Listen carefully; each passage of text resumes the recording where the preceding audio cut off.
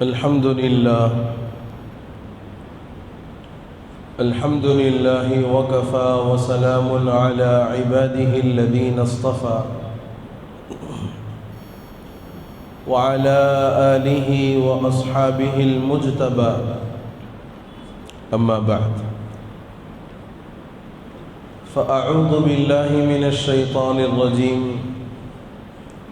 بسم الله الرحمن الرحيم لقد كان لكم في رسول الله أسوة حسنة صدق الله مولانا العظيم. قابل احترام عزیز بزرگوں، نوجوان بھائیوں، گزشتہ نشست میں نبی رحمت صلی اللہ علیہ وسلم کی رضاعت سے متعلق، آپ کے دودھ پینے کے زمانے سے متعلق کچھ معروضات آپ کی خدمت میں رکھی گئیں، اور ہماری بات یہاں مکمل ہوئی تھی کہ حضرت حلیمہ سعدیہ رضی اللہ عنہا آپ کو 2 سال کے بعد مکہ واپس لے کر آئیں. اس وقت مکے میں ایک وبائی بیماری پھیلی ہوئی تھی، اور حضرت حلیمہ رضی اللہ عنہا نے اپنے گھر حضور کی برکات کا آنکھوں سے مشاہدہ کیا، اس لیے ان کا اصرار تھا کہ وہ واپس لے کر کے جائیں گی. اور حضرت آمنہ رضی اللہ عنہا حضور کی والدہ محترمہ، انہوں نے دیکھا کہ جب ان کا اصرار بڑھ رہا ہے، ادھر مکے میں وبا کی صورتحال ہے، آپ نے اجازت دے دی. مزید 2 سال کی اجازت دی حضرت آمنہ رضی اللہ عنہا نے کہ آپ اپنے ساتھ حضور پاک صلی اللہ علیہ وسلم کو لے کر جا سکتی. حضور پھر بنو سعد میں پہنچے. حضرت حلیمہ کا جو قبیلہ تھا اس قبیلے میں حضور پہنچ گئے. چند مہینوں کے بعد اپنے رضائی بھائی کے ساتھ حضور نے بکریاں چرانے میں ان کے ساتھ جنگل کی طرف آپ بھی چلے گئے، اور یہ معمول مستقل رہا کہ آپ اپنے رضائی بھائی کے ساتھ روزانہ ان کے ساتھ چلے جایا کرتے تھے. حضرت شیمہ رضی اللہ عنہا جو حضرت حلیمہ کی بیٹی ہیں اور حضور کی رضائی بہن ہے، یہ بیان کرتی ہیں کہ جب حضور ہمارے ساتھ جنگل آتے اور جس وقت ہماری بکریاں ہم چراتے رہتے، حضور جب آتے تو درخت سارے کے سارے آپ کے سامنے سجدے میں گر جاتے. حضور کی برکات کا ظہور نہ صرف یہ کہ حضرت حلیمہ رضی اللہ عنہا نے بلکہ آپ کے گھر والوں نے بھی دیکھا. حضرت شیمہ کہتی ہے کہ درخت یوں جھک جاتے کہ ہماری بکریاں آسانی سے اپنا چارہ چر لیا کرتی تھی، ہمیں زیادہ مشقت اور زیادہ محنت کی ضرورت نہیں پڑتی، بلکہ کئی مرتبہ ایسا ہوا کہ جہاں حضور جاتے تو آپ کے پیچھے ساری بکریاں خود بخود چلنا شروع کر دیتی. ان کو ایک لائن میں لانے کی یا ان کو ایک سمت میں رکھ کر کے چرانے کی ضرورت نہیں پڑتی. حضور کی برکت جہاں آپ جاتے رہتے وہ بکریاں خود بخود آپ کے ساتھ چلتی تھی. ایک مرتبہ یہ واقعہ ہوا کہ حضرت حلیمہ رضی اللہ عنہا کہ جو حقیقی صاحبزادے تھے وہ دوڑتے ہوئے اپنے گھر تشریف لائے، بڑی تیزی کے ساتھ سانس پھول رہی ہے اور حیران ہے، جیسے کوئی ایک انوکھی چیز اور ایک کوئی اندیکھا واقعہ آنکھوں کے سامنے آ جائے تو بچوں پر جو کیفیت طاری ہوتی ہے وہ کیفیت حضرت حلیمہ رضی اللہ عنہا کے صاحبزادے پر طاری ہو گئی.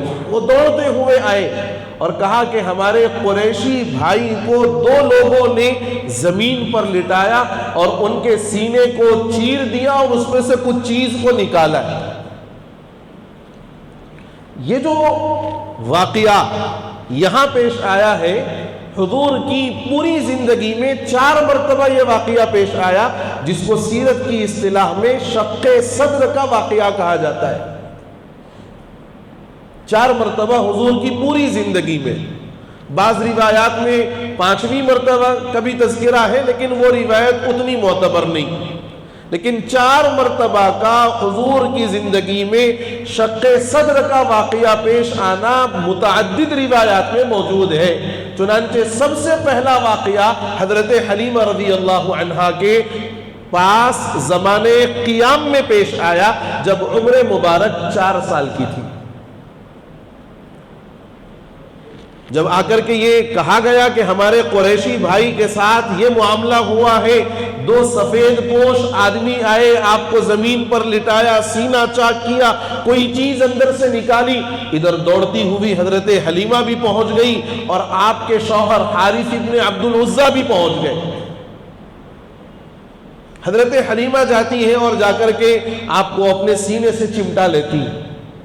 حضور کا اس وقت میں جو حال تھا، یعنی آپ کی جو کیفیت تھی، آپ تھوڑا سا ڈرے سہمے جیسے، اور چہرے کی رنگت تھوڑی سی تبدیل ہوئی تھی، اس لیے کہ پہلی مرتبہ ایک انوکھی چیز پیش آئی ہے۔ تو وہ کیفیت حضور اکرم صلی اللہ علیہ وسلم پر طاری ہوئی۔ حضرت حلیمہ نے اپنے سینے سے چمٹایا، حارث ابن عبد العزیٰ نے اپنے سینے سے چمٹایا اور پوچھا کہ کیا ہوا؟ حضور نے واقعہ بیان کیا کہ 2 سفید پوش آئے تھے، انہوں نے مجھے زمین پر لٹایا، یہ سینہ میرا چاک کیا اور اس سے قلب کو نکالا، دل کو باہر نکالا۔ اچھا، یہ بات یہاں ذہن میں رکھنی چاہیے کہ شق صدر حضور کے خاص الخاص معجزات میں سے، یہ حضور کے خاص الخاص معجزات میں سے ہے، اور اس کا مطلب یہی ہے کہ واقعی سینہ مبارک کو چاک کیا گیا، اس کو چیرا گیا اور اس سے قلب کو باہر نکالا گیا۔ جو تشت جنت سے جبرائیل و میکائیل لے کر آئے تھے اور اس میں جو پانی تھا، اس پانی سے قلب اطہر کو دھویا گیا۔ بعض روایات میں ہے کہ جنت سے جو تشت لایا گیا تھا اس میں برف تھی۔ اب سیرت نگاروں نے، محدثین نے اس کا جواب دیا ہے کہ پہلی مرتبہ جو شق صدر ہوا، حضور کے قلب اطہر کو باہر نکالا گیا، 2 سیاہ نقطے دل کے آس پاس میں تھے جو حظ شیطان تھا، جو حظ شیطان تھا، مادہ عصیان ہو سکتا تھا۔ ان دونوں کالے نقطوں کو آپ کے قلب اطہر سے نکال دیا گیا کہ مادہ عصیان بالکل باقی نہ رہے، حظ شیطان کا کوئی اثر وہاں پر باقی نہ رہے۔ پھر جنت سے جو برف لائی گئی، اس برف سے اس قلب کو دھویا گیا اور اس کو ٹھنڈا کیا گیا۔ محدثین کہتے ہیں گناہ جو ہوتا ہے وہ انسانی قلب کی حرارت کی وجہ سے ہوتا ہے۔ قلب میں اگر گرمی پیدا ہو جائے، آدمی اللہ کی نافرمانی کی طرف چل دیتا ہے، تو اس گرمی کو برف سے ٹھنڈا کیا گیا تاکہ قلب کے اندر کوئی ایسی بات اور ایسا میلان باقی ہی نہ رہے، بالکل پاک کر دیا جائے، مجلہ کر دیا جائے، مصفہ کر دیا جائے، قلب کو منور کر دیا جائے۔ یہ پہلا واقعہ ہے شق صدر کا۔ دوسرا واقعہ پیش آیا شق صدر کا جب نبی مکرم صلی اللہ علیہ وسلم کی عمر مبارک 10 سال کی تھی۔ 10 سال کی جو عمر ہوتی ہے یہ عموماً لہو و لعب کی طرف کی ہوتی ہے، کھیل کود میں بچے زیادہ مصروف ہو جاتے ہیں، اور 10 سال کی عمر میں بچوں کو اپنے نفع اور نقصان کا کوئی خاص علم نہیں ہوتا۔ وہ موقع دیکھتے ہیں کہ جتنا وقت کھیل کود کے لیے مل جائے اتنا بہتر ہے۔ اسکول کی چھٹی ہو جائے کوئی مسئلہ نہیں، قرآن کی تعلیم نہ ہو کوئی مسئلہ نہیں، بچوں کو اصل میں چھٹی مطلوب ہوتی۔ تو یہ جو 10 سال کی عمر میں انسانی قلب میں لہو و لعب کی طرف، کھیل کود کی طرف میلان ہوتا ہے، اس میلان کو ختم کرنے کے لیے دوسری مرتبہ شق صدر ہوا۔ کیوں؟ اس لیے کہ کھیل کود یہ ذکر خداوندی سے غفلت کا سبب بنتا ہے۔ ہمارے بچے 10 سال کے 12 سال کے آپ نے دیکھا ہوگا کھیل میں مصروف ہیں، لیکن یہ نماز کی طرف آنے کے لیے اتنی جلدی راغب نہیں ہوتے جس کے مقابلے میں ان سے کچھ بڑی عمر کے جو لڑکے ہیں وہ آ جاتے ہیں۔ کیوں؟ اس لیے کہ وہ یہ زمانہ گزار چکے ہیں، اب ان کے قلب و دماغ میں کھیل کود کی طرف اتنی توجہ نہیں، تو تھوڑی بڑی عمر کے بچے نماز کی طرف جلدی آ جاتے ہیں، چھوٹے بچے وہ کھیل کود کی طرف میلان کی وجہ سے ان چیزوں کی طرف اتنی توجہ نہیں دے پاتے۔ اس لیے دوسری مرتبہ حضور کا شق صدر ہوا ہے 10 سال کی عمر میں، تاکہ لہو و لعب کی وجہ سے ذکر خداوندی میں کوئی غفلت نہ ہونے پائے۔ تیسری مرتبہ شق صدر ہوا بعثت کے زمانے سے پہلے۔ بعثت کے زمانے کا مطلب ہے پہلی وحی کے نازل ہونے سے قبل، اور یہ شق صدر اس لیے ہوا کہ اب آسمان سے نور الہی نازل ہوگا، وحی الہی نازل ہوگی، اس کے انوار و برکات کو اپنے قلب میں سمانے کے لیے اور علوم قرآن کو لوگوں تک پہنچانے کے لیے جس چیز کی، جس ہمت کی ضرورت تھی، اس کے لیے آپ کا تیسری مرتبہ شق صدر ہوا ہے۔ اور چوتھی مرتبہ شق صدر آپ نے سنا ہوگا بارہا، واقعہ معراج میں حضور کے آسمانوں پر سفر کرنے سے قبل حتیم میں آپ کو لٹا کر شق صدر ہوا۔ یہ معراج کے واقعے میں آپ نے علماء سے کئی مرتبہ سنا ہوگا۔ اس کی وجہ کیا تھی؟ اس کی وجہ یہ تھی کہ اب آپ بارگاہ خداوندی میں شرف ملاقات کے لیے تشریف لے جا رہے ہیں۔ اب آپ کو اپنی آنکھوں سے رب تعالیٰ کا مشاہدہ فرمانا ہے، جنت اور جہنم کی سیر کرنی ہے، آسمانوں اور آسمانوں کے عجائبات کا مشاہدہ کرنا ہے، تو ان ساری چیزوں کو کما حقہ آپ دیکھ سکیں اور وہ ساری انوار و برکات آپ کے قلب میں سمو سکے۔ اس لیے چوتھی مرتبہ واقعہ معراج سے قبل شق صدر کا واقعہ پیش آیا۔ پوری زندگی میں سرکار کی یہ 4 مرتبہ ہے جو شق صدر کا واقعہ پیش آیا ہے۔ ادھر حضرت حلیمہ رضی اللہ عنہا جب انہوں نے دیکھا کہ اس بچے کے ساتھ کوئی انوکھی چیز ہو رہی ہے، کوئی نئی چیز ان کے ساتھ پیش آ رہی ہے، تو وہ تھوڑا سا سہم گئیں، ڈر گئیں اور واپس مکہ مکرمہ لائیں 4 سال کی عمر میں، اور حضرت آمنہ کو ان کی امانت یعنی نبی مکرم صلی اللہ علیہ وسلم کو اپنی والدہ کے حوالے کر دیا۔ ادھر عبد المطلب نے، حضور کے جو دادا تھے، جب حضرت حلیمہ آپ کو مکمل طور پر واپس کرنے کے لیے آئیں، خوب داد و دہش سے نوازا، انعام سے نوازا، اور حضرت حلیمہ نے آپ کی والدہ حضرت آمنہ سے یہ بات کہہ دی کہ میرے پاس قیام کے زمانے میں ایک واقعہ پیش آیا جو آپ کے بچے کے ساتھ ہوا ہے۔ یہ بات اس لیے کہی تاکہ حضرت آمنہ کو الرٹ کر دیں کہ کہیں کوئی جادو جنات کا اثر نہ ہو، لہذا اس کا اچھے سے علاج کروا لیں آپ۔ یہ سوچ کر کے حضرت حلیمہ نے وہ سارا واقعہ حضرت آمنہ سے بیان فرمایا۔ حضرت آمنہ نے جب وہ واقعے کو سنا تو حضرت آمنہ نے فرمایا کہ تم فکر نہ کرو، میں نے مدت حمل میں جب حضور میرے بطن میں تھے، میں نے جن انوار و برکات کو اپنی آنکھوں سے دیکھا ہے اور جن چیزوں کا میں نے مشاہدہ کیا ہے، اس بات پر مجھے بڑا اطمینان ہے، اور میں یقین کے ساتھ کہہ سکتی ہوں کہ میرے بیٹے کو کوئی جن شیطان کوئی تکلیف نہیں پہنچا سکتا۔ یہ میرا بیٹا بڑی شان والا ہے، یہ میرا بیٹا بڑی شان والا ہے۔ حضرت آمنہ نے گویا حضرت حلیمہ کو اطمینان دلایا کہ آپ کو پریشان ہونے کی ضرورت نہیں۔ چند مہینے حضور اپنی والدہ کے ساتھ مکہ المکرمہ میں رہے۔ اس کے بعد حضرت آمنہ نے اپنے میکے جانے کا ارادہ کیا، اپنے میکے جانے کا ارادہ کیا، یثرب، مدینہ منورہ۔ حضرت آمنہ جب اپنے میکے جانے لگی تو 2 اور لوگ آپ کے ساتھ تھے، ایک حضور اور دوسرے حضور کی ایک باندی تھی ام ایمن۔ ام ایمن یہ دونوں حضرت آمنہ کے ساتھ اس سفر کے لیے روانہ ہو گئے۔ 1 مہینہ حضرت آمنہ نے اپنے میکے میں قیام کیا، وہاں رکی رہی، اور جب واپسی کے لیے جب آپ نے سفر شروع کیا تو مقام ابوا، کم از کم یہ نام تو ہمیں یاد ہونے چاہیے کہ حضور کی والدہ محترمہ کی قبر اطہر کہاں ہے۔ مقام ابوا میں حضرت آمنہ کی طبیعت خراب ہوئی اور اتنی بگڑی کہ آپ کا وہیں انتقال ہو گیا۔ حضور کی باندی ام ایمن یہ اس وقت کی منظر کشی کرتی ہیں، کہتی ہیں کہ جب حضور کی والدہ کا انتقال ہوا اور آپ کی تدفین عمل میں آئی، حضور اپنی والدہ کی قبر سے یوں چمٹ کر کے روئے ہیں،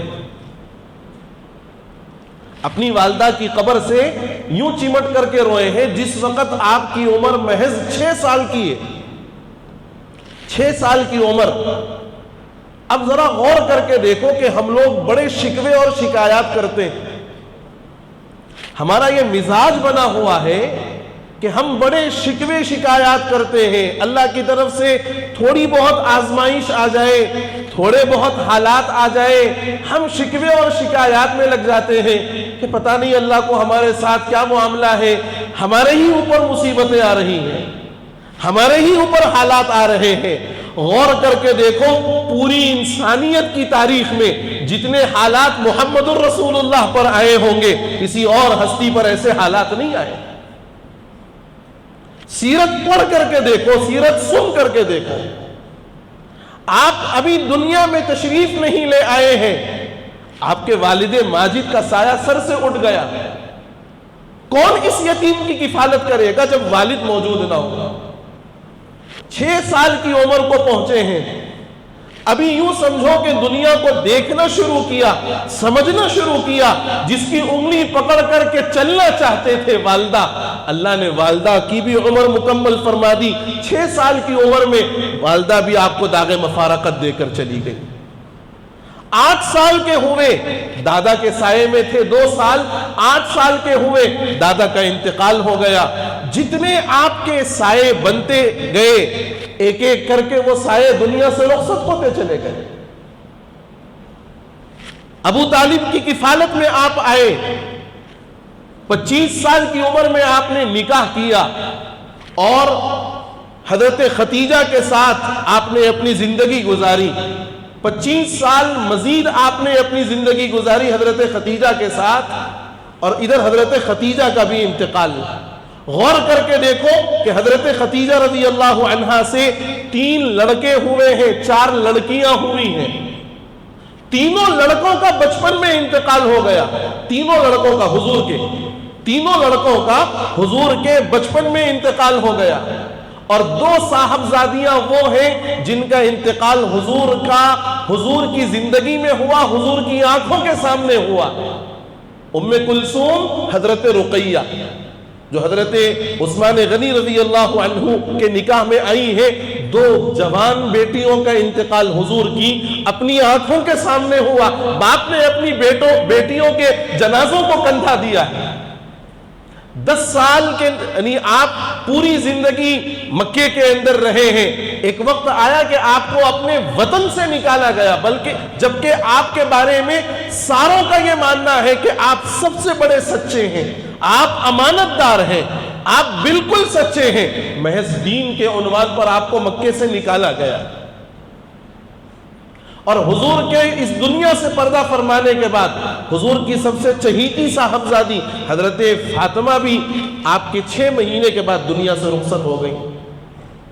اب ذرا سوچ کر کے دیکھو کہ جس اہلیہ کی وجہ سے آپ نے دین کے کاموں کے لیے بہت زیادہ ہمت کی تھی، حضرت ختیجہ رضی اللہ عنہا، ان کا بھی آپ کی اپنی حیات میں انتقال ہو گیا۔ کتنے لوگوں کا انتقال نہیں ہوا حضور کی زندگی میں، اور کتنے حالات نہیں آئے حضور پر، غور کر کے دیکھو ذرا۔ لیکن حضور کی زبان مبارک پر کبھی حرف شکایت نہیں آئی، کبھی حضور کی زبان مبارک پر حرف شکوہ نہیں آیا۔ اللہ کے رسول صلی اللہ علیہ وسلم نے پوری زندگی فرمایا الحمدللہ رب العالمین علی کل حال، اے اللہ ساری تعریفیں، سارا شکر آپ کے لیے ہے، میری زندگی کی ہر حالت میں میں ہر موقع پر ہر مرتبہ آپ کی تعریف کرتا ہوں، آپ کا شکر بجا لاتا ہوں۔ یہ امت کو سبق ہے۔ یہاں پر کاروبار میں تھوڑا سا نقصان ہو جائے ہم شکوے شکایات پر آ جاتے ہیں، گھر میں اگر کوئی 1 سے 2 2 سے 3 بیمار ہو جائے ہم شکوے اور شکایات پر آ جاتے ہیں۔ میرے بزرگوں حالات اس لیے آتے ہیں، اللہ دیکھنا چاہتا ہے کہ یہ بندہ ان حالات کے آنے پر میرے کتنے قریب آتا ہے۔ کبھی یہ زاویے سے غور کیا ہم نے؟ اللہ حالات اس لیے ڈالتے ہیں کہ اللہ بندے کی تڑپ کو دیکھنا چاہتے ہیں، اللہ بندے کی فکر کو دیکھنا چاہتے ہیں۔ وہ یہ دیکھنا چاہتے ہیں کہ یہ بندہ مجھ سے کتنے ٹوٹے ہوئے دل سے مانگتا ہے، میرے ساتھ اس کا تعلق کتنا بڑھ جاتا ہے۔ ہم ایسے موقعوں پر دواخانے یہاں وہاں ہر جگہ جاتے ہیں، جانا بھی چاہیے، طبیعت کے اعتبار سے، اس کے علاج کے اعتبار سے جانا چاہیے، لیکن سب سے پہلا عمل یہ ہونا چاہیے کہ 1-2 رکعت صلاۃ الحاجات پڑھیں، اللہ سے مانگیں، اور جو بیمار ہو یا جو ہمارے مسائل ہیں ان مسائل کے نام پر کچھ صدقہ اللہ کے نام پر دے دیں، پھر اس کے بعد دیکھیں اللہ کی مدد اور نصرت کیسے آتی ہے۔ ہمارے پاس صدقے کا مزاج ختم ہوتا جا رہا ہے۔ اچھا، پھر ہمارا ایک عجیب ذہن، ہم لوگ یہ سمجھتے ہیں صدقے کا مطلب 500 100 200 1000 تو ہی صدقہ ہے۔ نہیں، 2 روپیے دعا صدقہ ہے۔ روزانہ 2 روپیے نکالو، لیکن صدقے کی نیت سے نکالو۔ آپ یقین جانیے اس کی برکات آپ اپنی زندگی میں لازمی طور پر دیکھیں گے، سر کی آنکھوں سے دیکھیں گے انشاءاللہ۔ بہرحال مقام ابوا میں حضور کی والدہ محترمہ کا انتقال ہوا، وہاں سے ام ایمن لے کر کے آپ کو آپ کے دادا کے حوالے کرنے کے لیے تشریف لائیں، ابو عبد المطلب کے حوالے کیا۔ 2 سال کے بعد عبد المطلب کا بھی انتقال ہوا، اور عبد المطلب نے اپنے انتقال سے پہلے حضور کے بارے میں ابو طالب سے فرمایا، جو آپ کے حقیقی چاچا تھے، کہ ان کی کفالت کرنا ہے اور ان کی ذمہ داری تمہارے کندھوں پر ہے۔ سیرت نگاروں نے لکھا ہے کہ ابو طالب نے اپنی اولاد سے زیادہ حضور کو مقدم رکھا ہر چیز کے اندر۔ اپنی اولاد سے کہتے کہ جاؤ گھر کے کام کاج میں حصہ لو، کما کر کے لے آؤ، لیکن حضور سے کبھی آپ نے نہیں کہا۔ اور یہ بھی بات لکھی ہے، سیرت لکھنے والوں نے یہاں تک لکھا کہ ابو طالب کا یہ معمول تھا کہ کھانے کا دستر اس وقت لگاتے جب حضور موجود ہوتے، اور جب حضور موجود نہیں ہوتے تو خود بھی بھوکے رہتے اور گھر والوں کو بھی انتظار کرواتے۔ لوگوں نے پوچھا کہ یہ کیا بات ہے کہ جب تک حضور نہیں آتے آپ دستر نہیں لگاتے، ہمیں بھی بھوکا رکھتے ہیں، آپ بھی بھوک سے رہتے ہیں۔ ابو طالب نے جو جواب دیا، فرمایا میں نے اپنی آنکھوں سے دیکھا ہے کہ جب میرا یہ بھتیجا دسترخوان پر بیٹھتا ہے، تھوڑا کھانا سارے گھر والوں کے لیے کفایت کر جاتا ہے، کھانے میں اتنی برکت ہو جاتی ہے کہ میرے بھتیجے کے رہنے کی وجہ سے تھوڑا کھانا سارے گھر والوں کو کافی ہو جاتا ہے۔ اور میں نے اس کا بھی مشاہدہ کیا کہ جب میرا بھتیجا دسترخوان پر نہیں ہوتا تو کھانے کی بڑی مقدار ہونے کے باوجود کھانا ختم ہو جاتا ہے، پیٹ نہیں بھرتا۔ وجہ اس کی یہ ہے کہ یہ میرے بھتیجے کی برکت ہے۔ آج بھی یہ برکت ہمارے دسترخوانوں پر آ سکتی ہے، آج بھی یہ برکت ہمارے دسترخوانوں پر آ سکتی ہے۔ کھانے سے قبل دونوں ہاتھ دھوئیں، اور آپ کو ایک عمل بتاؤں کہ یہ 2 ہاتھ دھونے کا جو عمل ہے بڑا قیمتی عمل ہے۔ جو آدمی قرض کے اندر مبتلا ہے، جو آدمی قرض کے اندر مبتلا ہے، وہ اہتمام کے ساتھ اپنے دونوں ہاتھ گٹوں تک دھوئیں، اور پھر اس کے بعد کھانے سے قبل دعا، کھانے کے درمیان میں دعا، اور کھانے کے بعد دعا پڑھے۔ اللہ اس کے لیے غیب سے ایسے اسباب بنائیں گے کہ اس کا قرض اتر جائے گا۔ یہ معمول بنائیں، دونوں ہاتھ دھوئیں، دعا پڑھ کر کے کھائیں، کم از کم بسم اللہ پڑھ کر کے کھائیں۔ ہمارا عام طور پر ماحول یہ بنا ہوا ہے کہ موبائل میں یوں نگاہ پڑی ہوئی ہے اور کھانا بھی چل رہا ہے. اب اس کو پتہ ہی نہیں ہے کہ بھئی نیچے کیا ہے. چھوٹے بچوں کا ماحول یہ ہے کہ سامنے ٹی وی میں جو ہے کارٹونز لگے ہوئے ہیں, بچے کارٹونز کو دیکھ رہے ہیں, کھانا کھا رہے ہیں. میں غلط نہیں کہہ رہا ہوں اور میں جھوٹ بھی نہیں کہہ رہا ہوں, یہ ہمارے مسلم معاشرے کی صورتحال بتا رہا ہوں. اور کیا عوام, کیا خواص, ہر گھر کا ماحول. بچوں کو جب تک موبائل نہ دو کھانا کھانے کو تیار نہیں, اور بڑے اپنے شوق میں, اپنے گیم کے کھیلنے کے شوق میں اتنے مصروف ہیں کہ ان کو گیم مقدم ہے, چاہے کھانے میں کوئی چیز آ جائے ان کو پرواہ نہیں. تو کہاں سے برکت آئے گی؟ ہماری توجہ ہی نہیں ہے کھانے کی طرف. کھانا جب اٹھاؤ تو یوں سوچو کہ یہ رب تعالیٰ نے پوری دنیا میں جہاں بھی یہ بنا ہے, اللہ نے خالص اس کو میرے لیے پیدا کیا اور آج اس کو میرے دسترخوان پر میرے سامنے لا کر کے رکھ دیا. یہ اللہ کا شکر ہے. یہ سوچ کر کے کھاؤ تو شکر کا جذبہ پیدا ہو.